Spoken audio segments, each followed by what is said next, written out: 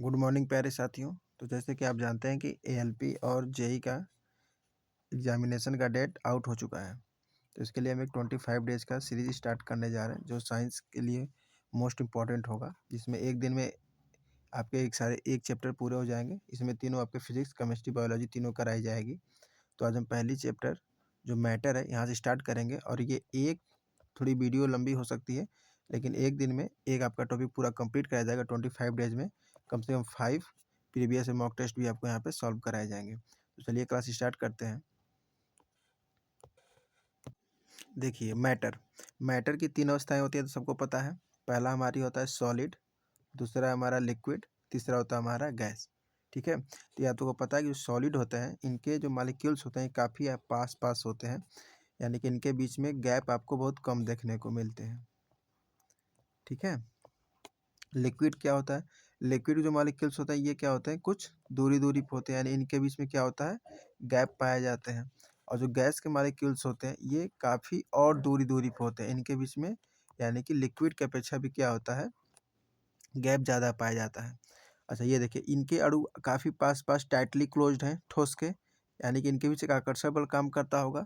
तो इसके बीच में इंट्रामॉलिक्यूलर अट्रैक्शन फोर्स काम करता है कि सॉलिड के बीच में। ठीक है, जिसे बोलते हैं अंतरा आणविक बल, यानी ठोस में क्या होगा, ज़्यादा होगा। जिसमें ज़्यादा होगा उनके जो मॉलिक्यूल्स हैं वो काफ़ी टाइटली क्लोज होंगे। तो देखिए यहाँ पे इनके बीच में गैप है, यानी यहाँ पे आंतरिक जो आणविक बल है उसका क्या मान होगा, कम होगा, और यहाँ पे गैस में और कम होगा। ठीक है, आगे देखिएगा। ये आपको हैंड रिटन नोट्स के थ्रू पढ़ाया जाएगा। अभी हम आपको बता रहे हैं कि इसमें करना पढ़ना क्या क्या जो इंपॉर्टेंट, मैं इसको आपको एक पिक के सहारे बता रहा हूँ। देखिए, सॉलिड को जब लिक्विड में बदलते हैं उसे क्या कहते हैं, मेल्टिंग। जब सॉलिड लिक्विड में बदलता है उसे क्या बोलते हैं, मेल्टिंग। और जब लिक्विड सॉलिड बदलता है तो उसे क्या बोलेंगे, फ्रीजिंग। जब सॉलिड लिक्विड में बदलेगा तो उसे क्या कहेंगे हम, मेल्टिंग। और जब लिक्विड सॉलिड में बदलेगा तो उसे क्या बोलेंगे हम, फ्रीजिंग। ठीक है, अब देखिए, लिक्विड जब बदलेगा गैस में तो इसे क्या बोलेंगे हम, इवोपोरेशन। लिक्विड जब बदलेगा गैस में तो क्या बोलेंगे, इवोपोरेशन। और जब गैस को बदलेंगे हम लिक्विड में तो उसे क्या बोलेंगे, कंडेंसेशन। ये देखिए एक नंबर में क्वेश्चन पूछ दिए जाते हैं, इसलिए इसे ध्यान से देखिएगा। और जब गैस को डायरेक्ट सॉलिड में, यानी गैस लिक्विड में ना चेंज होकर सीधे सॉलिड में चेंज हो, इसे क्या बोलेंगे हम, डिपोजिशन। और सॉलिड डायरेक्ट गैस में चेंज हो, इसे क्या बोलेंगे हम, सब्लिमेशन। ठीक है, तो ये बात को ध्यान में रखिएगा। आगे देखिए,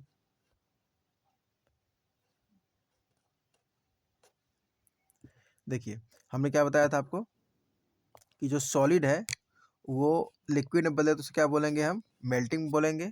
और यदि लिक्विड सॉलिड में बदले तो क्या बोलेंगे, उसे फ्रीजिंग बोलेंगे। लिक्विड यदि गैस में बदलेगा तो उसे क्या बोलेंगे हम, इवोपोरेशन बोलेंगे। और यदि गैस लिक्विड में बदलेगा तो क्या बोलेंगे, कंडेंसेशन बोलेंगे। गैस सॉलिड में बदलेगा तो क्या बोलेंगे, डिपोजिशन। और सॉलिड डायरेक्ट बदलेगा गैस में तो क्या बोलेंगे, सब्लिमेशन। ठीक है, चलिए अब थ्योरी के माध्यम से सबको देखिए। मैटर किसे कहेंगे, हमारे चारों ओर जो कुछ भी आपको दिख रहा है, वायु, मृदा, धूल, कण, ये सब क्या आपके मैटर होते हैं। पदार्थ हुआ है जिसमें द्रव्यमान और आयतन होता है, ये बात याद रखिएगा। यानी इसमें क्या होना चाहिए, मास और वॉल्यूम होना चाहिए। देखिए आपका एक रिवीजन क्लास टाइप पे है। ठीक है, मैं आपको ये सारे रिवीजन कराऊंगा, ये पूरे आपके एनसीईआरटी बेस पे है।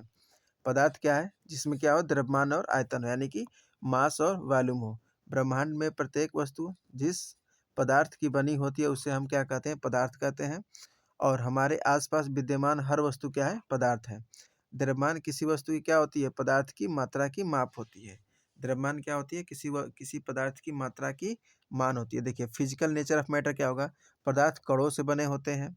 पदार्थ के कणों के बीच में रिक्त स्थान पाया जाता है, जो हमने आपको बताया था इंटरमॉलिक्यूलर फोर्स से क्या होते हैं, बंधे होते हैं। ठोस में काफ़ी क्लोजली टाइट होते हैं, और लिक्विड में थोड़ा दूर होते हैं, गैस में एकदम दूर होते हैं। पदार्थ के कण निरंतर गतिशील होते हैं। ये जो आपस में बंधे हैं ना, ये आपस में हमेशा क्या होते हैं, निरंतर शील क्या होते हैं, गति करते रहते हैं। पदार्थ के कण एक दूसरे को आकर्षित करते हैं, बताया था आपको ये। पदार्थ के कण स्थिर अवस्था में नहीं पाए जाते, वही मैंने बताया कि पदार्थ के कण आपस में क्या करते हैं, गति करते रहते हैं, यानी कि वह स्थिर अवस्था में नहीं पाए जाते हैं। आगे देखिए, सभी पदार्थ कणों से बने होते हैं। जैसे जो सभी पदार्थ हैं कण से बने हैं, उसकी समझाने के लिए बताया है। जल में नमक, पानी। जैसे कि आप देखिए, आप एक गिलास वाटर ले लेते हैं, ये मान लीजिए वाटर के मॉलिक्यूल्स हैं। जब इसमें एक चम्मच आप नमक डालेंगे तो ये नमक क्या होगा, इसमें आके पूरी तरह से सोल्यूबल हो जाएगा, पूरी तरह से घुल जाएगा और ये जो पानी के मॉलिक्यूल्स हैं इन्हीं के बीच में क्या आएगा, ये आके आपका बैठ जाएगा, यानी इन्हीं में क्या आएगा, बीच में आके आपके आपस में घुल जाएगा। देखिए, जब हम जल में नमक घोलते हैं तो नमक के कण जल के कणों के रिक्त स्थानों में क्या होते हैं, समावेशित हो जाते हैं। पदार्थ के कण अत्यंत छोटे-छोटे अणु से मिलके बने होते हैं, अत्यंत छोटे-छोटे से बने होते हैं। चाय में दूध डालना, अनुमान लगाइए कि देखिए यहाँ पे अनुमान लगाइए कि पदार्थ के कण कितने छोटे हैं। प्रत्येक बार तनुकृत करने पर घोल का रंग हल्का होता जाता है, फिर भी उसका रंग नज़र आता है। यानी कि जब देखिए, जब हम एक मान लीजिए हम एक ग्लास में वाटर की पानी मतलब हम इसमें क्या करते हैं, वाटर ले लेते हैं, ठीक है? और इसमें हम मान लीजिए 1 कप कोई चाय, इसमें से 1 बूँद भी यदि हम इसमें क्या करेंगे, पोर करेंगे यानी डालेंगे इसमें, तो ये क्या करेगा, चाय की कलर को ले लेगा। क्योंकि चाय चाय बना है अभी बहुत सारे मॉलिक्यूल से, चाय का 1 बूँद में बहुत सारे क्या होंगे, इसमें छोटे-छोटे कण पाए जाएँगे, जो क्या करेंगे, इनके पानी के बीच में आके क्या होंगे, समावेशित हो जाएँगे। वैसे देखिए, पदार्थ के कणों के बीच रिक्त स्थान पाया जाता है, ये मैंने आपको बताया था। और पदार्थ के कण निरंतर गति करते हैं और ये स्थिर अवस्था में नहीं होते हैं। ठीक है? आइए अब देखते हैं स्टेट ऑफ मैटर। देखिए, पदार्थ की अवस्था से तात्पर्य भौतिक रूप से है, जिसमें पदार्थ मौजूद होता है और उसके कणों की व्यवस्था एवं ऊर्जा पर आधारित होती है। तो जैसे हमने बात करें पहले सॉलिड की, तो सॉलिड के बीच में क्या होता है, गैप सबसे ज़्यादा कम होता है। ठीक है? सबसे ज़्यादा कम हो क्या कहें, नगण्य के बराबर ये क्या होता है, इनके बीच में गैप होता है। और यदि लिक्विड की बात करते हैं तो इनके जो मॉलिक्यूल्स हैं काफ़ी दूर-दूर होते हैं। गैस के लिक्विड से भी अपेक्षा क्या होते हैं, ज़्यादा दूर होते हैं। तो ये हम तो 3 अवस्थाएँ की बात कर लिए, लेकिन चौथी अवस्था होती है प्लाज़्मा और 5वीं होती है हमारी बोस-आइंस्टीन कंडेंसेंस। ठीक है? याद रखिएगा। तो स्टेट के मैटर ऑफ स्टेट कितना हो गया, 3 कौन-कौन सा? आपका सॉलिड हो गया, लिक्विड हो गया, गैस हो गया और चौथा आपका प्लाज़्मा हो गया, पाँचवाँ आपका बोस-आइंस्टीन कंडेंसेंस हो गया। आइए इनकी फिजिकल प्रॉपर्टी देखते हैं। हम बात करते हैं शेप की। शेप यदि देखा जाए ठोस का तो नियत होता है, तरल का शेप नियत नहीं होता, क्योंकि वो देखिए तरल जो लिक्विड हमारा होता है ना, उसका वॉल्यूम सेम होता है, वॉल्यूम। जैसे हमने आपने 1 लीटर यदि मान लीजिए दूध ली है, तो यदि आप उसे कटोरे में रखेंगे तो कटोरे का आकार ले लेगा, बाल्टी में डालेंगे तो बाल्टी के तली का आकार ले लेगा। लेकिन अब इसका शेप कोई निश्चित नहीं होता, यानी कि लिक्विड का कोई शेप नहीं होता, तो इसका शेप नहीं होता। गैस का भी कोई शेप नहीं होता। वॉल्यूम, आयतन, ठोस का नियत होता है, तरल का भी क्या होगा, आयतन नियत होगा, लेकिन गैस का नियत आयतन नहीं होता। पार्टिकल अरेंजमेंट क्या है, घने घने व पास-पास होते हैं, हमने बताया था कि काफ़ी ये क्लोज़ली होते हैं एकदम। और ये क्या होती है, तरल जो होता है वो ठोस की अपेक्षा कम यानी कि लूज़ली पैक्ड होते हैं और गैस जो होता है वो वेरी लूज़ली पैक्ड होते हैं। कणों की गति हमने बताया था कि ये आपस में क्या कहते हैं, गति करते रहते हैं। तो ठोस क्या है, ये क्या है, स्थिर रहकर कंपन करते रहते हैं। और जो देखिए स्थिर रह के कंपन करने का मतलब क्या है कि ये काफ़ी पास-पास क्लोज़ली टाइट हैं, तो ये माना जाएगा कि ये मतलब काफ़ी आपके स्थिर होके मतलब ये गति करते हैं। और यही जब बात करेंगे हम लिक्विड की, तो ये काफ़ी दूर-दूर है, ठीक है? तो कहा जाएगा कि एक-दूसरे से फिसलते हुए गति करते हैं और गैस के मॉलिक्यूल्स काफ़ी दूर-दूर होते हैं, तो ये रैंडमली कहीं मोशन अपना करते हैं। कंप्रेसिबिलिटी की बात करते हैं। अब देखिए, जो ठोस के अणु हैं, इन्हें कम दबाया जा सकता है। दबाया जा सकता है मतलब कि नगण्य मान के चलिए कि इन्हें बहुत कम नगण्य के बराबर ही क्या कहते हैं, कंप्रेस किया जा सकता है, यानी कि इन्हें दबाया जा सकता है। और ये जो लिक्विड हमारे हैं, लिक्विड का देखिए थोड़े मॉलिक्यूल्स के बीच में गैप होता है, तो इन्हें कंप्रेस किया जा सकता है। और गैस के मॉलिक्यूल्स काफ़ी दूर-दूर होते हैं, यानी कि इसको अत्यधिक काफ़ी हाई क्या किया जा सकता है, इसे कंप्रेस किया जा सकता है। एग्ज़ाम्पल देख लीजिए, ठोस में क्या है, आइसक्रीम, सॉरी आइस क्यूब मतलब आयरन हो गया, वुड हो गया। लिक्विड में वाटर, ऑयल, मिल्क और गैस में आपका ऑक्सीजन, CO2, स्टीम, ये हो गया। आगे देखिए, अब बात करते हैं जो चौथी अवस्था थी प्लाज्मा। अब प्लाज्मा क्या होता है, प्लाज्मा देख लीजिए आप।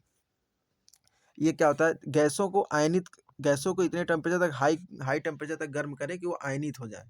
ठीक है, जिन्हें मुक्त इलेक्ट्रॉन या क्या हो, फ्लो होने लगे। तो आयनित गैस जिसमें मुक्त इलेक्ट्रॉन और आयन होते हैं, ये विद्युत के संचालन करती हैं और विद्युत एवं चुंबकीय क्षेत्रों से प्रवाहित होती हैं। ये बहुत उच्च तापमान पर होती है, जैसे प्लाज्मा, सूर्य, तारे, बिजली, नियॉन लाइट्स, प्लाज्मा टीवी, ये क्या है इनके एग्जाम्पल। इतना याद रखिएगा कि चौथी अवस्था जो होती है आपकी प्लाज्मा होती है। बोन-आइंस्टीन, कुछ गैसों को लगभग शून्य से भी नीचे मतलब बिलो टेम्परेचर लाके क्या करते हैं, ठंडा करते हैं, तो उससे क्या आपको क्या मिलता है, उससे आपको मिलता है बोस-आइंस्टीन कंडेंसर मिलता है, प्रयोगशाला में रुबिडियम गैस और लेजर द्वारा ठंडी की गई गैस है। ठीक है। अब देखिए चेंज स्टेट ऑफ मैटर, जो मैंने आपको बताया था अभी फिगर के थ्रू, अब वही देखिए। पदार्थ की अवस्था में परिवर्तन, एक है तापमान को बदलकर, एक है दाब को बदलकर। ठीक है, यानी कि दाब को, जैसे कि हम ये देखिए, यदि हम ये मान लेते हैं कि ये गैस के मालिक्यूल्स हमारे हैं, ठीक है, काफ़ी दूरी दूरी पे, और ये हमारे हो गए लिक्विड के मालिक्यूल्स। मैं इसको बता रहा हूँ अभी, बाकी आगे एक्सप्लेन करूँगा। और ये काफ़ी पास-पास। तो देखिए, यदि इनको कम संपीडित किया जाए, यानी इनको हल्का फ्री किया जाए, तो ये ठोस से लिक्विड बन जाएगा, और लिक्विड को और फ्री किया जाएगा तो ये क्या बन जाएंगे, गैस बन जाएंगे। वैसे ही कहें हम, गैस को थोड़ा कंप्रेस करें तो लिक्विड बन जाएगा, और लिक्विड को और कंप्रेस करें तो आपका सॉलिड बन जाएगा। तो ये क्या था, ये आपका दाब को बदलकर मतलब इनकी अवस्थाएं चेंज करना। लेकिन अब स्टेट ऑफ मैटर देखते हैं। देखिए सॉलिड जब लिक्विड में बदलता है उसे क्या बोलते हैं, हमने बताया था मेल्टिंग बोलते हैं। और जब लिक्विड गैस में बदलता है तो उसे क्या बोलते हैं, वेपराइजेशन बोलते हैं। और जब गैस प्लाज्मा में बदलता है तो इसे क्या बोलते हैं, हमने बताया था ना, आयन में बदल जाए तो इसे क्या बोलते हैं, आयनाइजेशन बोलते हैं। और प्लाज्मा से गैस डी आयनाइजेशन बोलेंगे। और गैस से लिक्विड कंडेंसेंस बोलेंगे, जो हिंदी में संघनन बोलते हैं। और लिक्विड से सॉलिड आएंगे तो इसे क्या बोलते हैं, फ्यूजन बोलते हैं या सॉलिडिफिकेशन बोलते हैं। आगे देखिएगा, सॉलिड डायरेक्ट गैस में बदल जाए, जैसे कि आपका कपूर, अब कपूर सॉलिड होता है, उसे जलाने पर सीधे लिक्विड में ना बदल के किस में बदलता है, सीधे आपका गैस में बदलता है, उसे क्या बोलते हैं, सब्लिमेशन, यानी कि ऊर्ध्वपातन। और गैस डायरेक्ट सॉलिड में बदल, जिसे क्या बोलते हैं, डिपोजिशन बोलते हैं, यानी कि निक्षेपण बोलते हैं। जैसे कि जो CO2 हमारा गैस है, वो ठंडा करने पे क्या होगा आपका, वो CO2 को मतलब वो ठोस बन जाएगा। CO2 का जो गैस होता है वो ठोस बन जाएगा, जिसे हम क्या, जिसे हम सूखा बर्फ भी कहते हैं, जिसे ड्राई आइस कहते हैं। तो CO2 गैस जो सॉलिड फॉर्म होता है उसे क्या कहते हैं, हम ड्राई आइस बोलते हैं। अब देखिए, अब कौन कौन से हैं जो सॉलिड से डायरेक्ट गैस में बदल जाते हैं, तो इंपॉर्टेंट एग्जाम्पल आप याद रखिएगा जो एनसीईआरटी में दिया है, aluminium, ammonium chloride, naphthalene, anthracene, कपूर, आयोडीन, याद रखिएगा। और गैस से सॉलिड डिपोजिशन में आप याद रखिएगा CO2 ड्राई, जो आपका आइस बनता है। और एक याद रखिएगा फ्रोस्ट, जो धुंध और कोहरा कहते हैं। अब देखिए लाटेंट हीट क्या होता है। लाटेंट हीट देखिए, तब जो -10 डिग्री सेल्सियस से जल को कहाँ तक गर्म करेंगे हम, 0 डिग्री सेल्सियस तक, और ये अपनी क्या होगी, जल की अवस्था को धारण किए रहेगी। तो इसे क्या बोलेंगे हम, गुप्त उष्मा बोलेंगे जल की। अब 0 डिग्री सेल्सियस 100 डिग्री सेल्सियस जहाँ पे क्या होगा, ये बॉइलिंग पॉइंट तक ये गर्म हो गया, जहाँ से क्या होगा, वेपर बनेगा। तो इसे क्या करेंगे, इसे वेपर की क्या बोलेंगे, लैटेंट हीट बोलेंगे। देखिए latent heat of melting point value कितना होता है वाटर का, 333 किलो जूल। कितना याद रखिएगा, 334 किलो जूल पर केजी, किलो जूल पर केजी। 1 केजी बर्फ को, मैंने बताया ना, -10 डिग्री सेल्सियस है, 0 डिग्री सेल्सियस पर पानी में बदलने के लिए आवश्यक उष्मा को क्या कहते हैं हम, latent heat of melting point कहते हैं। ठीक है।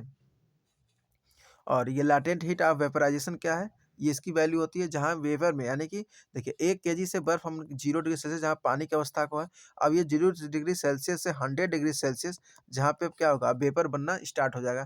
तो वैल्यू ऑफ वाटर कितना है इसका, जैसे कहेंगे 2660, कितना है, 2660 किलो जूल पर केजी।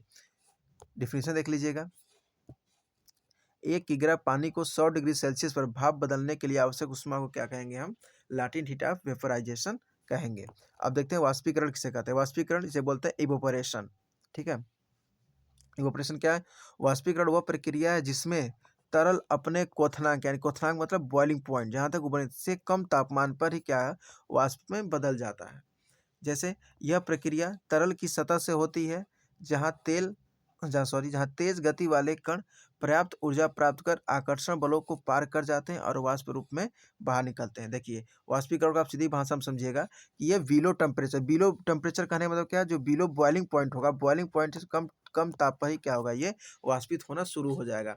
एक होता है कि लिक्विड जब गैस में बदलता है तो वो उसे जो आपका बॉइलिंग पॉइंट है वहाँ तक हीट करना पड़ता है। लेकिन जब हम बात करेंगे इवोपराइजेशन, यानी कि वाष्पीकरण की, इवोपराइजेशन की बात करेंगे, तो आपको बॉइलिंग पॉइंट से कम तापमान पर ही क्या होगा, वो वाष्पित होना शुरू हो जाएगा। जैसे देखिए नदी का पानी, इसकी ये ऊपरी सतह पे क्या होगा, ये वाष्पित होना शुरू हो जाता है।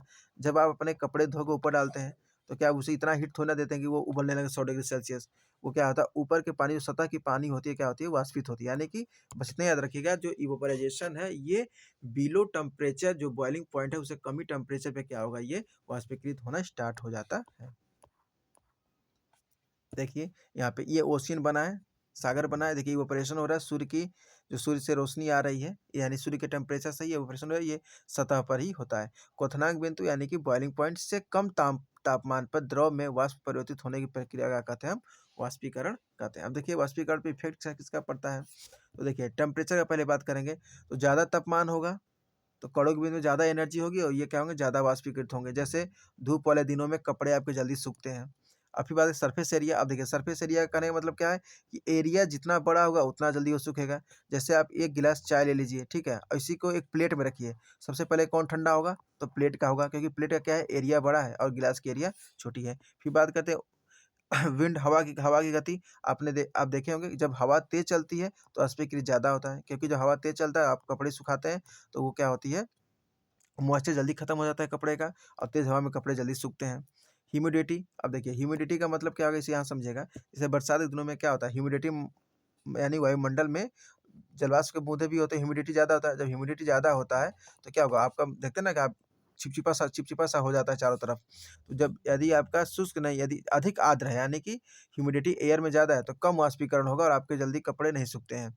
और यदि आपका ये शुष्क हवा बह रहा है, यानी ड्राई है, तो क्या होगा, ये आपका अधिक वाष्पीकरण होगा। जैसे कि नमी के दिनों में जो पसीना होता है वो क्या होता है, धीरे-धीरे सूखता है, क्योंकि जो आपका ह्यूमिडिटी होता है एयर में वो ज़्यादा होता है। अब मेल्टिंग पॉइंट देखते हैं। मेल्टिंग पॉइंट क्या होता है, तो वह ताप जिस पर कोई ठोस तरल में बदल जाए। और बॉइलिंग पॉइंट क्या होता है, वह ताप जिस पर कोई तरल गैस में बदल जाए। जैसे आइस मेल्ट होगा कितने पे, 0 डिग्री सेल्सियस, और 0 डिग्री सेल्सियस को केल्विन में बताया तो कितना होगा, 273 केल्विन। यानी 0 डिग्री सेल्सियस किसके बराबर, 273 केल्विन के। और वाटर का बॉइलिंग पॉइंट कितना है, 100 डिग्री सेल्सियस। अब देखिए डिग्री सेल्सियस में यदि हम 273 जोड़ दें तो ये क्या बन जाता है, हमारा केल्विन बन जाता है, ठीक है। तो याद रखिएगा कि सॉलिड से लिक्विड बनता है एट 0 डिग्री सेल्सियस, यानी कितना, 273 केल्विन तापमान। और लिक्विड से गैस बनता है कितने पे, 100 डिग्री सेल्सियस, यानी कि 373 केल्विन। देखिए टेम्परेचर कन्वर्सेशन सीख लेते हैं कैसे है। तो फार्मूला होता है आपका C/5 is equal F-32/9 is equal होगा K-273/5। तो आप इसको याद रखिएगा, ठीक है। यार फार्मूला फिर से देखिएगा, बता रहे फार्मूला आपको। देखिए C/5 इज इक्वल होगा F-32/9 इज इक्वल होगा K-273/5। तो जब इसको सब आपस में बराबर, इसको बराबर करेंगे तो ये 5 से 5 प्लस हो जाएगा, तो C इज इक्वल क्या हो जाएगा, K-273। तो हम कहें K बराबर क्या होगा, यदि आप डिग्री सेल्सियस में 273 जोड़ देते हैं तो वो केल्विन में बदल जाएगा, ठीक है। चलिए आगे देखिए, फार्मूला याद रखिएगा। बॉइलिंग एंड इवेपोराइजेशन, यानी कि उबलना और वाष्पीकरण में क्या अंतर है। देखिए बॉइलिंग में क्या होगा, समग्र तरल, यानी आप मान लीजिए किसी कटोरे में आप ऐसे वाटर रख के आप गैस पर रखते हैं, जब उबलना स्टार्ट होगा तो सारी क्या होंगी, सारी जो इसमें की वाटर है ये क्या होगी, सारे वाटर क्या होंगे आपस ये आपके उबलेंगे। लेकिन इवेपोराइजेशन, वाष्पीकरण में क्या होता है, सिर्फ सतह पे, हमने बताया था ना, ओशियन पे जब पड़ता है सिर्फ ऊपरी सतह के क्या होंगे, एनर्जी प्राप्त करते हैं, वाष्पित होना शुरू हो जाते हैं। और ये जो बॉइलिंग होता है ये कितना होता है, अकर्स 100 डिग्री सेल्सियस पर। अब ये कहता है ये कितने होगा इवेपोरेशन, हमने बताया था बिलो टेम्परेचर, कितना, बॉइलिंग पॉइंट से नीचे तापमान पर ही होना स्टार्ट हो जाता है। हीट सोर्स क्या है, बाहरी उष्मा दी जाती है और इसमें सतह पर होती है, ये लगातार होती रहती है और ये इवेपोरेशन सतह पर ही होती है। बॉइलिंग में क्या होगा कि इसमें बुलबुले बनते हैं और ये सतह पर बुलबुले नहीं बनते। अब देखिए क्वेश्चन है, जल वाष्पित होता है, ऑप्शन ए हिमांक पर, संगलन तापमान पर यानी कि मेल्टिंग पॉइंट पर, या सभी ताप पर, या एट द बॉइलिंग पॉइंट। तो जल वाष्पित होता है सभी तापमान पर, क्योंकि ये आपको वाष्पित होने का ये नहीं कहेगा कि बॉइलिंग पॉइंट पर। ये देखिए मैंने बताया था ना, ओशियन की जो ऊपरी सतह होती है क्या होती है, सूर्य के नॉर्मल रोशनी जो भी टेम्परेचर आता है, क्योंकि इसी टेम्परेचर में तो हम कपड़े भी सुखाते हैं, अपना जीवन भी सर्वाइव करते हैं, तो ये सभी तापमान पर क्या होता है, इवेपोराइजेशन होता है। वाष्पीकरण से शीतलता कैसे होगा? मानव पसीना एग्जाम्पल है। देखिए, जब पसीना शरीर की ऊष्मा को अवशोषित कर वाष्पित हो जाता है, त्वचा से ऊष्मा निष्कासित होती है और शरीर ठंडा होता है। जब आपको पसीने होते हैं गर्मी के दिनों में तो क्या होगा? ये आपकी शरीर की ऊष्मा से क्या होगा? ये वाष्पित हो जाता है, आपका शरीर ठंडा हो जाता है। मटके का पानी, मटके देखिए क्या होता है, मटके की सूक्ष्म जो दीवार होती है, मटके के ऊपर का आवरण जो होता है, उसमें छोटे-छोटे छिद्र होते हैं, तो छिद्रों से पानी क्या होता है? बाहर आता है और वाष्पित हो जाता है।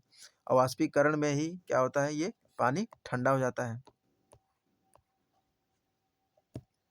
अब देखिए, दाब बढ़ाना, दाब बढ़ाएगा तो कण पास-पास होते हैं और कणों के बीच का अंतर घटता है, तो गैस से तरल या तरल से ठोस में परिवर्तन होना, मैंने आपको बताया था।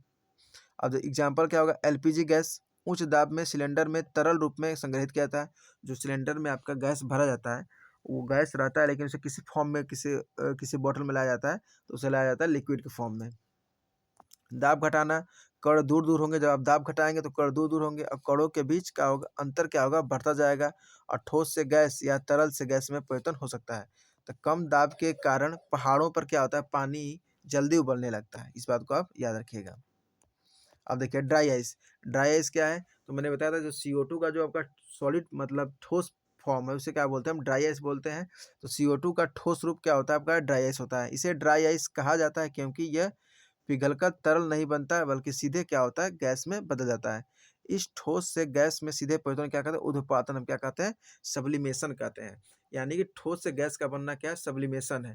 तो ये बताइए गैस से ठोस का बनना क्या होगा? अभी मैंने कुछ देर पहले बताया था, आप कमेंट बॉक्स में बताइएगा कि गैस से ठोस का बनना क्या होता है? एक इम्पॉर्टेंट नोट है, ठोस CO2 यानी ड्राई जो CO2 होता है का दाब 1 एटीएम बिना तरल अवस्था में तक बदले ये सीधे क्या होता है? गैसियस अवस्था में परिवर्तित हो जाता है, जिसे क्या कहते हैं हम? सब्लिमेशन कहते हैं, यानी कि ऊर्ध्वपातन कहते हैं। कितना है उस पे टेम्परेचर चाहिए एटमॉस्फेरिक प्रेशर? तो कहेंगे आप 1 एटीएम। अब देखिए भौतिक एवं रासायनिक परिवर्तन क्या-क्या होता है? पॉइंट है नया पदार्थ बनना, तो क्या फिजिकल चेंज होगा उसमें नया पदार्थ बनेगा और जो केमिकल चेंज होगा उसमें नया पदार्थ बनेगा? यही आपका इसमें टॉपिक आपको ये क्लियर होगा।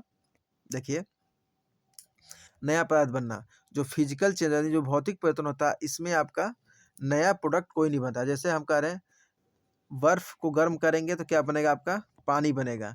लेकिन है क्या दोनों दोनों में दोनों का प्रॉपर्टी बदला? प्रॉपर्टी नहीं बदला, बस क्या अवस्थाएँ बदली हैं और यहाँ पे ये अब भौतिक परिवर्तन में क्या होता है कि नया पदार्थ नहीं बनता है। और रासायनिक में अब क्या होगा? देखिए दूध से दही बन गया, तो दूध का एक अलग स्वाद होता है, दही का एक अलग स्वाद होता है। तो यहाँ कहेंगे कि हाँ, यहाँ पे नया पदार्थ बनता है। लेकिन फिजिकल जो चेंज होता है उसमें नया पदार्थ नहीं बनता, सिर्फ़ क्या होता है? अवस्था चेंज होती है। रिवर्सिबिलिटी यानी उत्क्रमणीयता पाया जाता है। हाँ, तो भौतिक परिवर्तन में पाया जाता है और रासायनिक परिवर्तन में यूजुअली हो सकता है। लेकिन जहाँ तक कहेंगे 99% ये उत्क्रमणीय नहीं होता है। यानी कि देखिए, हमने बताया आपको दूध से दही का बनना क्या रासायनिक चेंज है, तो क्या दही से दूध बनेगा? नहीं बनेगा। यानी क्या होगा? ये उत्क्रमणीय नहीं होगा। लेकिन बर्फ से पानी और पानी से बर्फ बनना यानी कि ये उत्क्रमणीय है, यानी कि इसे बनाया जा सकता है। अब गुणों में बदलाव, केवल भौतिक गुण बदलते हैं। हमने बताया अवस्था चेंज होगा तो भौतिक गुण बदलेगा और यहाँ भौतिक एवं रासायनिक गुण दोनों बदलते हैं क्योंकि यहाँ पे प्रोडक्ट ही चेंज हो जाता है, यानी कि इसमें नया उत्पाद बन जाता है। देखिए, नया उत्पाद बनेगा तो याद रखिएगा वहाँ पे रासायनिक चेंजिंग है, यानी कि केमिकल चेंजिंग है और सिर्फ़ अवस्था बदला है और बाकी यूजुअली वो सेम है और उत्क्रमणीय है, तो उसे क्या बोलेंगे हम? फिजिकल चेंज बोलेंगे। जैसे बर्फ का पिघलना, कागज़ का काटना और जो केमिकल चेंज है उससे होगा आपका लकड़ी का जलाना और लोहे पर जंग लगना, केमिकल चेंज होगा। क्वेश्चन है आपका, निम्नलिखित में से कौन-सा भौतिक परिवर्तन नहीं है? ठोस पदार्थों का तरल में पिघलना, ठोस पदार्थों का तरल में पिघलना, ये आपका भौतिक परिवर्तन है। गैसों का तरल में द्रवीकरण, यह भी आपका क्या होगा? भौतिक परिवर्तन होगा। लेकिन पदार्थों का किण्वन, देखिए पदार्थों का किण्वन कहने का मतलब क्या है? जो जितने भी आपके मतलब फ्रूट बियर बनाए जाते हैं, वो क्या होता है? किण्वन विधि से बनाए जाते हैं। जैसे कि देखिए, आप किसी पात्र में, ठीक है? आप किसी पात्र में अंगूर अंगूर को रख दीजिए और फिर उसे कुछ दिन के लिए टाइटली क्लोज़ कर दिए। आप कुछ दिन बाद जब इसे खोलेंगे ना, इसमें एक अजीब-सी गंध आएगी। क्या होता है? ये किण्वन विधि द्वारा, यानी कि क्या होता है ये अब इनके स्वाद इनके चेंज हो जाते हैं और ये नया रासायनिक यानी कि एक केमिकल चेंज इसमें मिल जाता है किण्वन विधि द्वारा। याद रखिए जो अल्कोहल होते हैं जितने फ्रूट बियर वो किण्वन विधि द्वारा ही क्या कहते हैं? तैयार किए जाते हैं। अब देखिए पदार्थ का रासायनिक वर्गीकरण क्या है? ये कितने प्रकार के होते हैं? क्लासिफिकेशन जो होता है केमिकल मैटर का, तो कितना होगा आपका 2 भाग। हम कहेंगे एक प्योर सब्सटेंस कहेंगे और एक क्या कहेंगे मिक्स सब्सटेंस या अशुद्ध कहेंगे, यानी एक प्योर सब्सटेंस एक इम्प्योर। इम्प्योर कहने का रीजन क्या है मिक्सचर को, क्योंकि देखिए इसमें कई मिक्स का मतलब क्या होगा, इसमें कई प्रकार के यौगिक पदार्थ मिले हुए हैं, तो इसे एक तरह से क्या कहेंगे अशुद्ध कहेंगे और कहेंगे शुद्ध पदार्थ। जो शुद्ध पदार्थ होता है उसमें क्या आएगा एलिमेंट आएगा और कंपाउंड आएगा। तो जो एलिमेंट हमारा वो क्या है धातु है, उपधातु है और सॉरी मेटल होगा, नॉन मेटल होगा यानी अधातु होगा और मेटलॉइड होगा यानी कि उपधातु होगा। और जो मिक्सचर होगा वो क्या होगा हमारा समांगी मिश्रण होगा, हेटेरोजेनियस मिश्रण होगा। और जो हेटेरोजेनियस होगा यानी विषमांगी होगा उसमें क्या होगा कोलाइड आएगा और सस्पेंशन आएगा और उसमें मतलब कि निलंबन होगा। अब देखिए एलिमेंट क्या है, सबको बारी बारी देख लेते हैं। एलिमेंट तत्व पदार्थ का मूल रूप जिसे रासायनिक अभिक्रियाओं द्वारा सरल पदार्थों में तोड़ा नहीं जा सकता। यानी एलिमेंट क्या है पदार्थ का वह मूल अवस्था है जिसे उसके आगे अब छोटे छोटे भागों में तोड़ा नहीं जा सकता है, ठीक है। उसे छोटे भागों में तब पदार्थों को तोड़ा नहीं जा सकता है। आगे देखिएगा डिफिनीशन। और देखिए एलिमेंट का डिफिनीशन कौन दिया था, तो दिया था एंटोनियो लॉरेंट लेवासियर। आप इतना याद रखिएगा कि एलिमेंट का जो डिफिनीशन है वो किसने सबसे पहले दिया था, तो शॉर्ट फॉर्म याद रखिएगा एंटोनियो लेवासियर ने दिया था। और ये एलिमेंट शब्द यानी जो टर्म है किसने दिया था 1961 में रॉबर्ट बॉयल ने दिया था। किसने दिया था, रॉबर्ट बॉयल ने दिया था इसका एलिमेंट टर्म। अब तक वैज्ञानिकों ने कुल कितने 118 तत्व खोज दिए हैं। देखिए पॉइंट बस याद रखिएगा, ठीक है। पूरी थ्योरी हम भले पढ़ रहे हैं लेकिन आपको पॉइंट याद रखना है। अब तक वैज्ञानिकों ने कितने तत्वों को खोजे 118 तत्वों को खोजा जा चुका है। प्राकृतिक रूप में पाए जाने वाले कितने तत्व हैं 92 हैं, यानी कि इसमें से प्राकृतिक रूप में कितने पाए जाएंगे 92। और बाकी जो मानव द्वारा बनाए गए हैं वो कितने हैं 26। तो टोटल कितने खोजे गए 118। प्राकृतिक में पाए गए प्राकृतिक में पाए गए 52। और अब तक खोजे कितने गए हैं, तो आप इसको याद रखिएगा मतलब प्रयोगशाला में बनाए कितने गए हैं 26 बनाए, यानी एक सिंथेटिक रूप से बनाया गया है कितना 26। और प्राकृतिक में कितने पाए गए 92। और टोटल जब ऐड करेंगे तो कितना होगा 118, यानी अभी तक 118 तत्वों की खोज हो चुकी है। सभी तत्वों 118 रासायनिक गुणधर्मों के आधार पर 3 प्रमुख वर्गों में बांटा गया है। इसमें कौन कौन से हैं, इसमें मेटल है, नॉन मेटल है और मेटलॉइड्स है। चलिए नेक्स्ट आगे देखिए।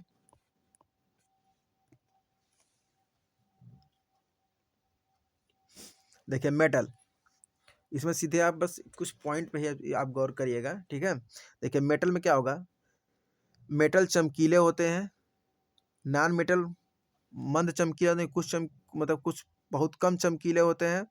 और जो आपके मेटलॉइड होते हैं ये चमकीले भी होते हैं, यानी मेटलॉइड वो वही होगा जो मेटल और नॉन मेटल दोनों का गुण दिखाए। यानी देखिए हमने बताया कि मेटल जो होगा ये चमकीला होगा और नॉन मेटल जो आपका होगा ये मंद चमकीला होगा।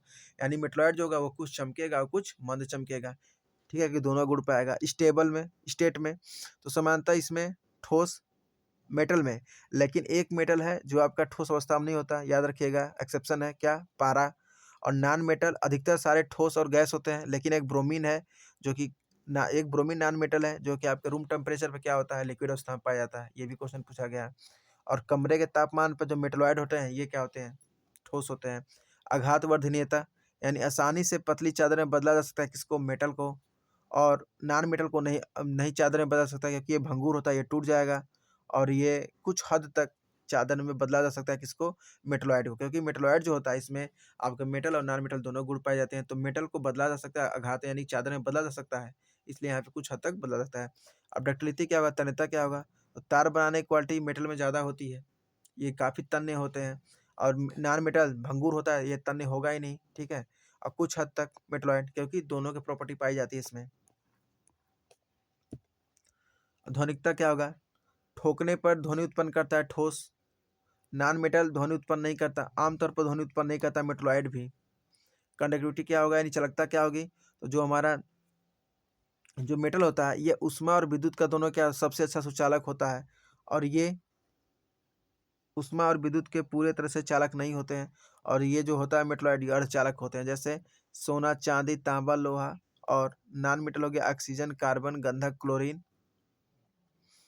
और ये सिलिकॉन जर्मेनियम। यानी कि बस इतना याद रखिएगा। देखिए यानी कि चादरों की तरफ पीट के चादरों की तरफ फैलाया जा सकता है। आघात वर्धनीयता किसमें होता है, मेटल में होता है, मेटल में ध्वनि आती है नॉन मेटल में नहीं आती है। ये चमकीले होते हैं, ये चमकीले कम होते हैं। और ये विद्युत ऊष्मा के सुचालक होते हैं, और नॉन मेटल विद्युत ऊष्मा सुचालक नहीं होते हैं। और इसमें सोना चांदी हो गया, उसमें आपका कोई भी गैस आ गया ऑक्सीजन कार्बन गंधक क्लोरीन। अब देखिए नेक्स्ट कंपाउंड क्या है। ये यौगिकों को दो या दो से अधिक जो यौगिक होते हैं, यौगिक क्या है, दो या दो से अधिक तत्वों जो आपस में मिलकर शुद्ध रूप से बने हैं, इन्हें क्या कहेंगे हम, यौगिक कहेंगे। जैसे देखिए आपका ये हो गया एक तत्व H2, एक आपका O हो गया, इन दोनों ये दो आपस में मिले तब जाके क्या बना, आपका यौगिक बना, यानी दो अलग अलग मालिक्यूल्स यौगिक बना H2O, जैसे NaCl NH3। अब आगे देखे बात मिश्रण की। मिश्रण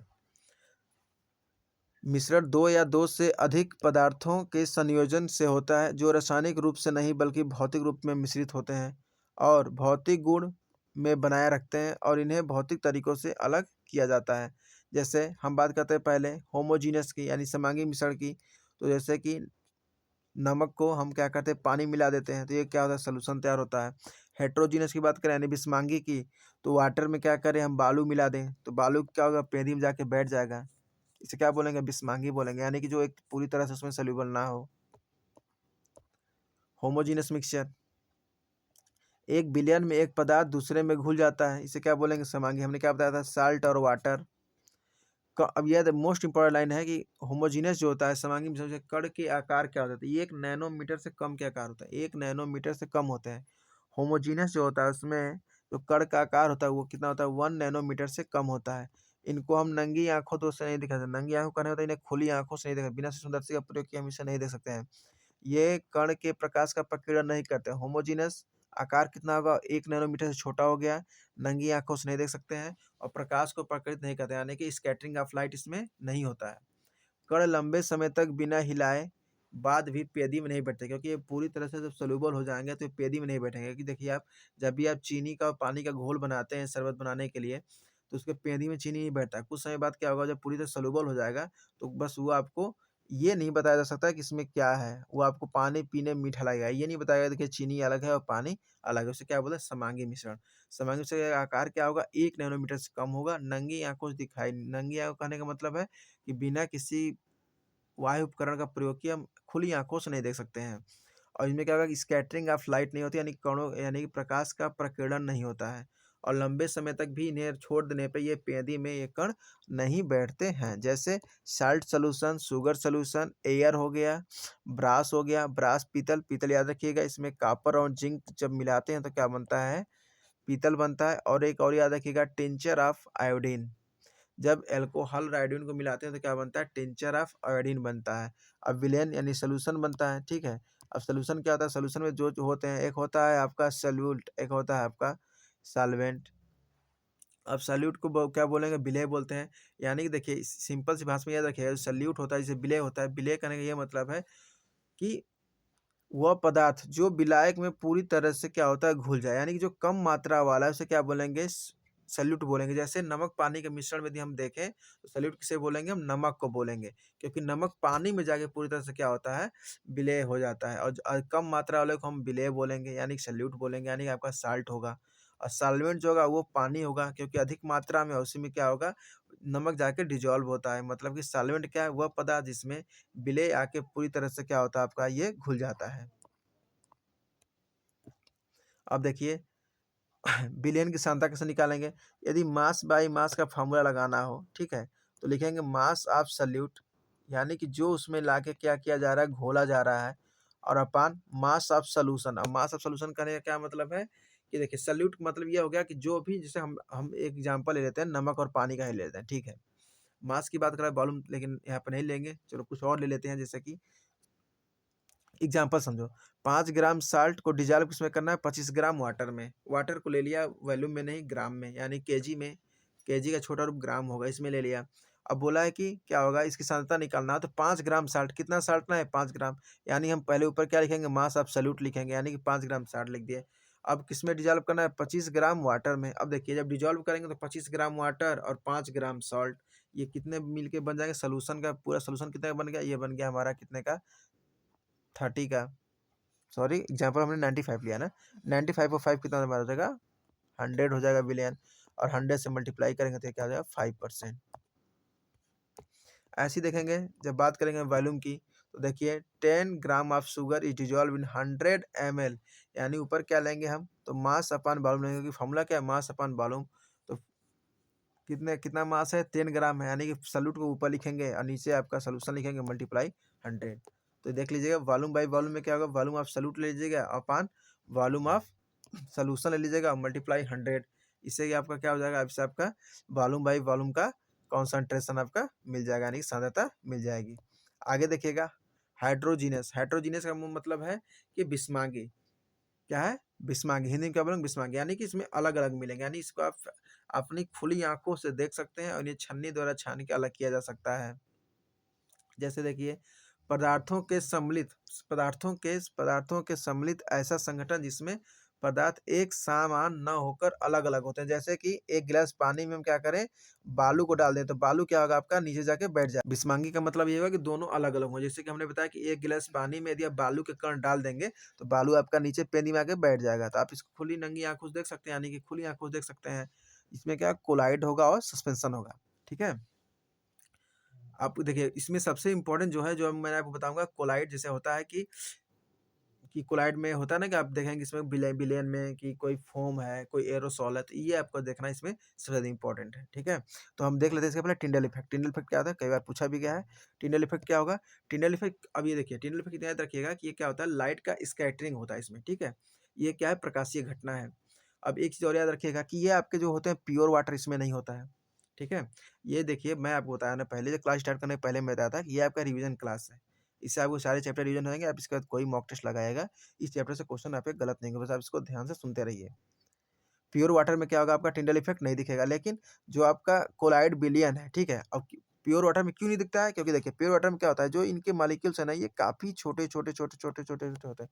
लेकिन जो कोलाइड सोल्यूशन है, जो हेट्रोजीनियस है हमारा, इसमें क्या होगा, जब हम कुछ मिलाए हैं, मिलाते तो इसमें क्या होता है, ये मॉलिक्यूल्स क्या होते हैं, कुछ आकार में बड़े होते हैं। तो देखिए जब यहाँ से ये रोशनी जाएगी सॉरी, कोई टॉर्च मान लीजिए हम रोशनी देंगे तो ये इसका स्कैटर नहीं करेगी, लेकिन ये जैसे कोलाइड बिलियन में जाएगी, देखिए कोलाइड बिलियन का आकार ऐसे है, इससे कोई रोशनी आ रही है, ये बिलियन है, बिलियन में कण है कोलाइड का, तो ये क्या होगा, ये इसे स्कैटर कर देगा, इधर स्कैटर कर देगा, ये इधर स्कैटर कर देगा, तो ये क्या करेगा, ये हमको कलरफुल दिखेगा। अभी हाल फिलहाल आप देखे होंगे मोबाइल से काफ़ी एक शॉर्ट्स वायरल हो रहा था कि लोग 1 चम्मच हल्दी डाल के लाइट को दिखा रहे थे, वो क्या आपका, वो भी आपके ये क्या है, लाइट का स्कैटरिंग है, वो भी आपको लाइट को स्कैटरिंग को ही दिखाया जा रहा था। अभी काफ़ी ट्रेंडिंग में चला था कि ग्लास में हल्दी डाल के लोग ऐसे कर रहे थे। ठीक है, तो वो क्या आपका टिंडल इफेक्ट ही था वो। ठीक है, स्कैटिंग ऑफ लाइट। अब देखिए प्रॉपर्टी क्या होगा, सोल्यूशन, ये याद रखिएगा, साइज जो होता है इनका पार्टिकल का, सोल्यूशन यानी बिलियन का क्या होगा, लेस देन 1 mm, याद रखिएगा लेस देन 1 mm। कोलाइड का 1 नैनोमीटर से 1000 नैनोमीटर, कोलाइड का कितना होगा, 1 नैनोमीटर से 1000 नैनोमीटर। हम कहें सोल्यूशन का कितना होगा, तो less than 1 mm, less than 1 mm किसका, सोल्यूशन का, लेस देन 1 mm सोल्यूशन का, कोलाइड का 1 नैनोमीटर से 1000 नैनोमीटर। और सस्पेंशन का सबसे अधिक होता है मोर देन 1000 नैनोमीटर। अब बात है विजिबिलिटी की, तो सॉल्यूशन को हम नहीं देख सकते आंखों से, खुली आंखों से, मैंने बताया कोलाइड को भी नहीं देख सकते हैं, लेकिन सस्पेंशन का सबसे बड़े पार्टिकल साइज होते हैं उन्हें हम खुली आंखों से देख सकते हैं। टिंडल इफेक्ट सॉल्यूशन में नहीं दिखता, हमने आपको बताया था अभी, और लेकिन कोलाइड में दिखता है, और इसमें शायद दिखे, मे बी या मे नॉट, दिख भी सकता है, सस्पेंशन में नहीं दिख सकता है। स्टेबिलिटी में क्या होगा, सोल्यूशन स्थिर होता है, कोलाइड स्थिर होता है, और ये अस्थिर, कुछ समय बाद क्या होता है, सस्पेंशन नीचे जाके पानी के सॉरी बर्तन की पेंदी में क्या होते हैं, जम जाते हैं, जमा दिखाई देते हैं। अब आइए देखते हैं इसमें सोल्यूशन जो होता है, इसे फिल्ट्रेशन देखेंगे तो नहीं छाना जा सकता। आप बताइए चीनी के पानी को आप छान के चीनी पानी अलग कर लेंगे, छान के अलग नहीं किया जा सकता, मैं ये कह रहा हूँ। अब फिर क्या होगा, आपका कोलाइड होगा, कोलाइड में नहीं, और सस्पेंशन को नहीं। जैसे नमक घोल, चीनी घोल, कार्बन, अब ये रखिएगा आप लोग, ये तो सब लोग जानते हैं, चीनी घोल, नमक घोल। ये देखिए कार्बन डाई सल्फाइड में गंधक, यानी कि सल्फर का घोल, यानी कि कार्बन डाई सल्फाइड में क्या, कार्बन डाई सल्फाइड में गंधक। अब कोलाइड का क्या एग्जाम्पल हो जाएगा, दूध हो जाएगा, रक्त हो जाएगा, यानी ब्लड, कुहासा और जेली हो जाएगा। और सस्पेंशन में हो जाएगा पानी में रेत कीचड़, मतलब पानी में रेत कीचड़ कहने मतलब हमने बताया ना, पेंदी में जाकर जम जाता है। देखिए जब पानी और जब मड मड मतलब होता है कीचड़, जब आप कीचड़ को मतलब पानी और कीचड़ को आपस में घोल देंगे ना, तो कुछ समय तक तो दिखेगा पूरा एक ही में डिजॉल्व, लेकिन जब कुछ समय आप छोड़ देंगे ना, तो पानी ऊपर हो जाता है और गंदगी आपके नीचे बैठ जाती है। तो ये क्या होगा, सस्पेंशन था। ठीक है, अब देखिए एक एग्जाम्पल है, ठीक है, हम इसका आंसर नहीं करेंगे, आप इसका आंसर बताओगे। दिया निम्नलिखित में से कौन सा विलय का यानी विलयन का गुणधर्म नहीं है, यानी कि 3 होंगे 1 नहीं होगा। तो ऑप्शन ए कहता है कि विलयन एक समांगी मिश्रण है, आप बताइएगा। अपने छोटे आकार के कारण बिलियन एकड़ इन्हें गुजर रही प्रकाश की किरण को नहीं फैलाता। मैंने बताया था स्कैटरिंग ऑफ लाइट कहाँ होता है, कहाँ नहीं होता टिंडल इफेक्ट में। निस्पंदन यानी छानने की प्रक्रिया द्वारा विलेय के कणों को अलग किया जा सकता है। और विलेय कण का व्यास 1 नैनोमीटर यानी 10⁻⁹ मीटर से छोटे होते हैं। आप ये बताइएगा, कमेंट बॉक्स में आंसर करिएगा। फिर आपका कोलाइड कणों को सॉरी, कोलाइड कणों को अलग अलग करके किस विधि से, देखिए कोलाइड कणों को अलग किससे किया जाएगा, तो ये किया जाएगा अपकेंद्रीय विधि से। किससे? अपकेंद्रीय तरीके तकनीक से। याद रखिएगा, ये आपका टेक्नीशियन लास्ट ईयर 2024 में पूछा भी गया था कि कोलाइड कणों को अलग करने के लिए कौन सी तकनीक का प्रयोग करते हैं, जिसे आप कहेंगे अपकेंद्रीकरण। कौन सा? अपकेंद्रीकरण। विलयन को नहीं छाना जा सकता है और कण को अलग नहीं किया जा सकता है। ठीक है, अब देखते हैं निलंबन। निलंबन का मतलब होता है सस्पेंशन। ठीक है, सस्पेंशन। तो क्या होता है? विस्मांगी मिश्रण है। निलंबन के कण इसके माध्यम से गुजरने वाली प्रकाश को क्या करता है? बिखेरता है, स्कैटरिंग होता है। निलंबन प्रकृति में अस्थिर होता है और इसके कण कुछ समय बाद क्या होते हैं? नीचे पेदी में बैठ जाते हैं। ये तो मैंने आपको बताया ही था। अब देखिए टाइप्स ऑफ कोलाइड। कोलाइड के प्रकार मोस्ट इंपॉर्टेंट है ये। इस चैप्टर से क्वेश्चन पूछना होगा, अब इसी स्लाइड से पूछेगा। आपने अभी जितना तक जाने, अभी तक आप जितना थ्योरी देखे उसमें 1-2 क्वेश्चन आपके इंपॉर्टेंट है, नहीं तो इसके बाद आप देखिए सबसे आपका इंपॉर्टेंट यही होगा कि इसमें आपका कौन सा कोलाइड होगा, कौन सा कोलाइड का प्रकार है, कौन सा इसमें डिप्रेस्ड फेज है और कौन सा आपका डिस्प्रेसिंग मीडियम है। आपको यही इसमें इंपॉर्टेंट देखना होगा और ये आपको अभी इसको याद करना होगा। देखिए कोलाइड को इस आधार पर वर्गीकृत किया जाता है कि क्या इसमें फैला हुआ है यानी परिक्षिप्त प्रवस्था है, और किस माध्यम में फैला हुआ है यानी परिक्षेपण माध्यम है। तो देखिए परिक्षिप्त प्रवस्था क्या होती है? अब परिक्षिप्त प्रवस्था किसे कहेंगे? सल्यूट को। सल्यूट क्या बताया था? जिसकी मात्रा कम होती है। ये क्या होगा? आपका डिप्रेस्ड मीडियम होगा। कौन सा होगा? डिप्रेस्ड मीडियम होगा, जो फैलाया जा रहा है यानी छोटे कण। और परिक्षेपण माध्यम क्या होगा? डिप्रेशन मीडियम, वह पदार्थ जिसमें कण फैल रहा है, जैसे फॉग। हम बात कर लेते हैं फॉग यानी कि कुहरा की। अब देखिए क्या होता है, इसमें जो डिप्रेस्ड फेज होगा, यहाँ मीडियम नहीं होगा, सॉरी यहाँ मीडियम नहीं, फेज होगा, phase. Dispersed phase, dispersed phase. और डिफ्रेश फेज का कम मात्रा होता है, वो आके डिजॉल्व होता है मीडियम में। तो क्या होगा? आपके वातावरण में जो गैस पाए जाते हैं, समझिएगा फ्रोस्ट यानी कि आपका फॉग कैसे बनता है। तो फॉग कैसे बनता है, जिसे धुंध या कोहरा कहते हैं आप।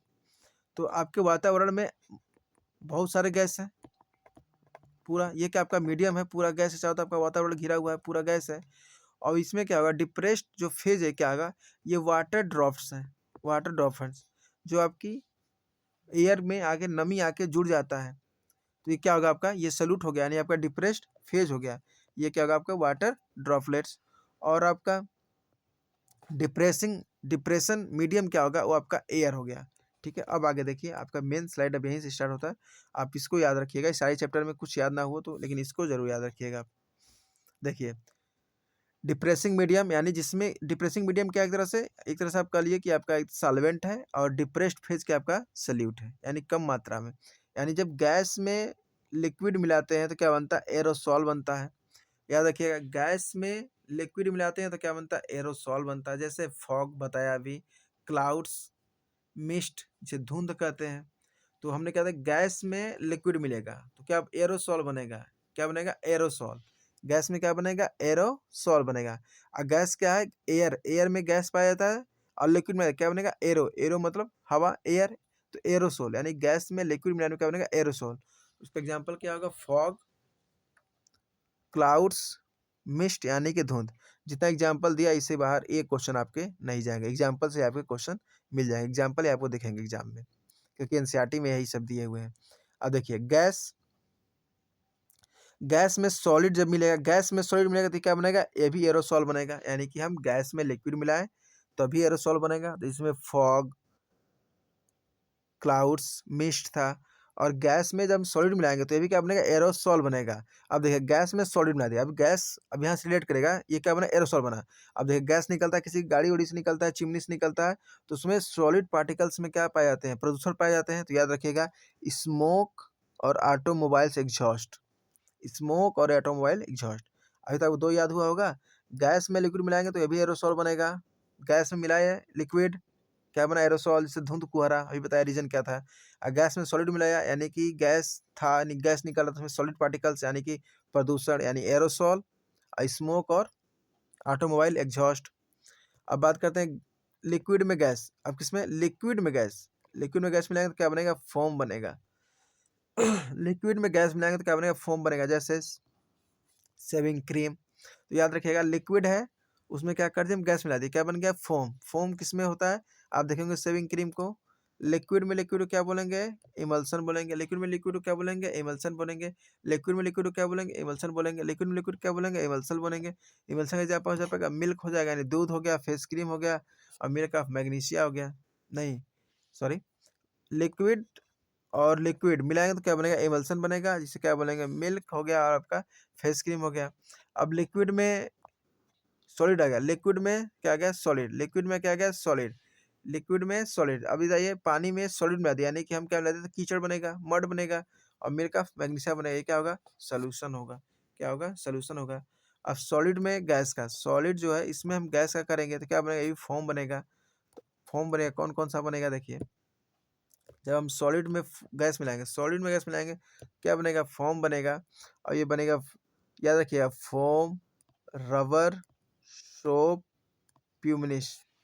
याद रखिएगा, सॉलिड में गैस, फोम बनेगा, फोम बनेगा, रिवर बनेगा, स्पॉन बनेगा एंड प्यूनिश बनेगा। और सॉलिड में लिक्विड मिलाएंगे तो क्या बनेगा? जेल बनेगा। देखिए सॉलिड में लिक्विड मिला दिया, क्या बन गया? जेल, यानी जेली हो गया, चीज हो गया, बटर हो गया। सॉलिड में सॉलिड मिलाएंगे तो क्या बनेगा? सॉलिड सॉल बनेगा। जैसे कलर्ड, कलर्ड जेमस्टोन, यानी जो रंग में पत्थर होते हैं, और मिल्की ग्लास, दूधिया ग्लास जिसे बोलेंगे, दूधिया कांच बोलेंगे। अब देखिए कोलाइड सोल्यूशन, कुछ क्वेश्चन है आपके। देखिए, दूध एक क्या है? कोलाइडी विलयन है, सही है, जिन्हें निस्पंदन छानने की प्रक्रिया द्वारा विलयन से अलग नहीं किया जा सकता। जैसे फॉग, हेट्रोजीनस मिक्सचर, शांत छोड़ने पर ये नीचे क्या करेगा? हेट्रोजीनस यानी विषमांगी होता है, वो क्या करेगा? नीचे बैठ जाएगा। कोलाइडी कण इनसे गुजरने वाली प्रक्रिया को बिखेरता है, यानी कि यहाँ पे टिंडल इफेक्ट होगा, यानी लाइट ऑफ स्कैटरिंग होगा। ये विषमांगी मिश्रण है जिसमें विलय के कण घुलते नहीं है, बल्कि पूरे माध्यम में निलंबित रहते हैं, क्या कहते हैं? सस्पेंशन कहते हैं, और नीचे जाकर बैठ जाते हैं। इसलिए वो तो क्या, दोनों मीडियम में घुलेंगे नहीं आपस में।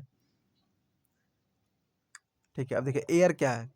Air, air is a mixture of both elements and compounds. Air भी क्या है? मिक्सचर है।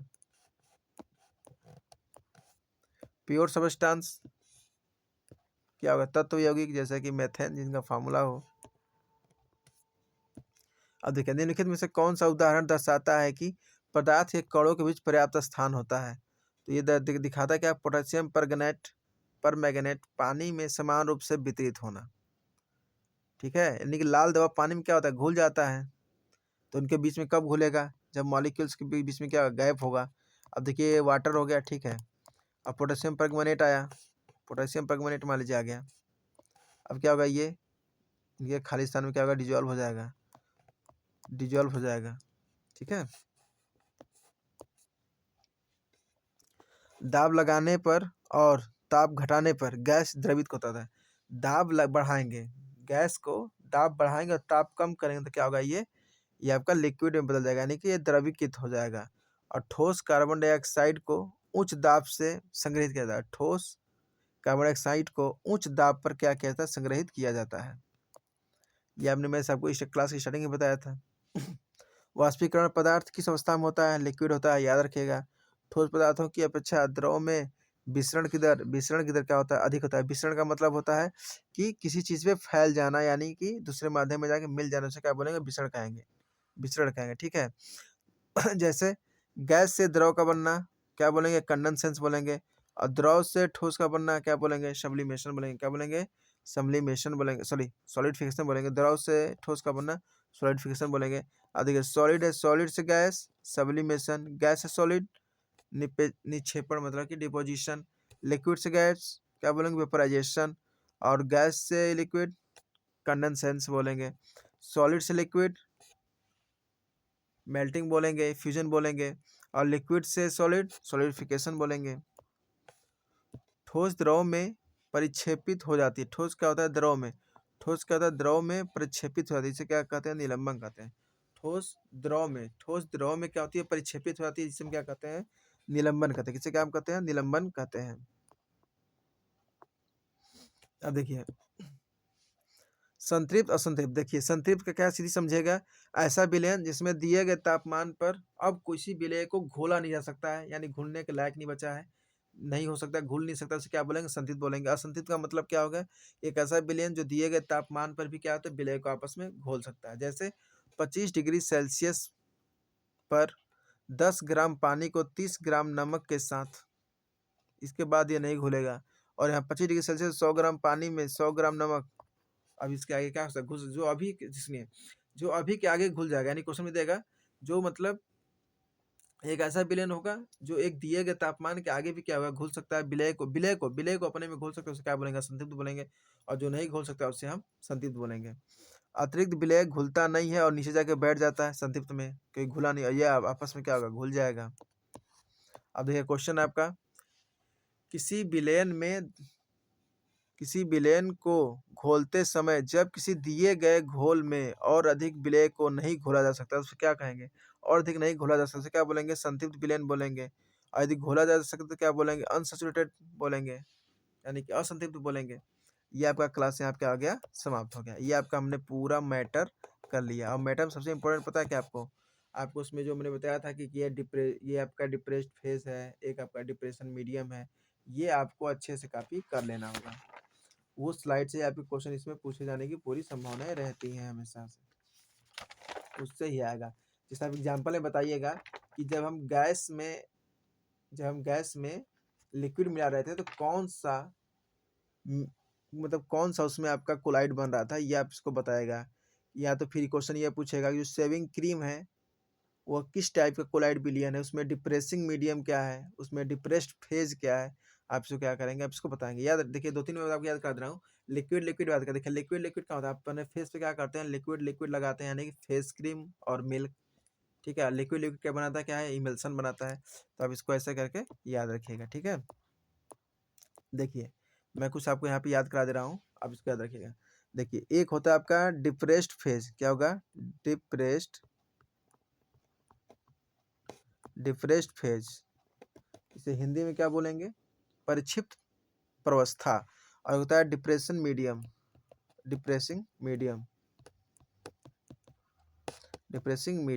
इसे बोलेंगे हम क्या, परिक्षेपण माध्यम। तो याद रखिएगा ये इसमें आके डिजॉल्व होता है।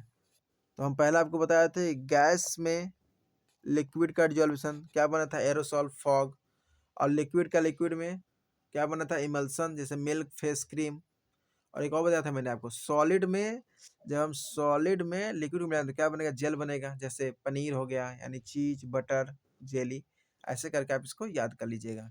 उम्मीद करते हैं आपको क्लास अच्छी समझ आई होगी। ये आपकी देखिए रिवीजन बेस्ड क्लास है, इसमें आपको रिवीजन कराए जाएंगे, इसके बाद अपना रिवीजन करेंगे, बाकी अपना जो भी और सब्जेक्ट है आप उसको देखते रहेगा। ये मोस्टली ALP और JEE के लिए सीरीज रहेगा। चलिए क्लास अच्छी लगी हो तो क्लास को लाइक करिएगा। Thank you.